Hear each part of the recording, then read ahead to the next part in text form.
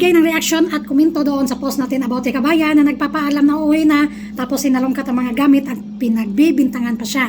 So ito, kapulutan nyo ng aral at pakishare din para makatulong tayo sa mga kababayan nating uuwi na mga baguhan pa or first time na uuwi at magpapaalam sa amo.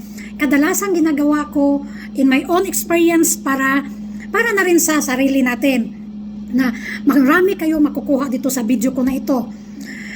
Lagi kong sinasabi sa amo ko kapag uuwi na ako, hindi ko alam madam kung babalik pa ako or hindi na.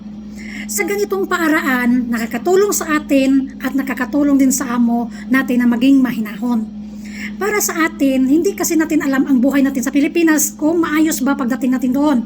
Tapos basta lang tayo magdesisyon, final exit na, uuwi na at hindi na babalik na. After how many months, magsisisi dahil ang hirap ng buhay pala sa Pilipinas, buti pa hindi na lang ako nag-exit. Marami akong kaibigan na ganito ha. Sa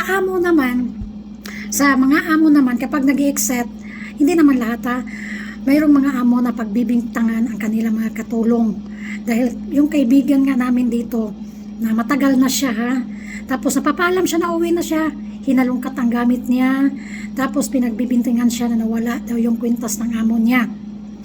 Hindi ako makapaniwala. Sa tagal ba naman ng tao na nasa kanila tapos ganon ang binintang nila. So, mas maigi pa, mag-accept man kayo or hindi na, mas makakatulong sa atin ang magsasabi na lang tayo na madam, uuwi ako pero hindi ako sure babalik or mag-accept na. Magme-message na lang ako sa inyo. Dahil ito ang ginagawa ko sa tuwing uuwi ako ng Pilipinas.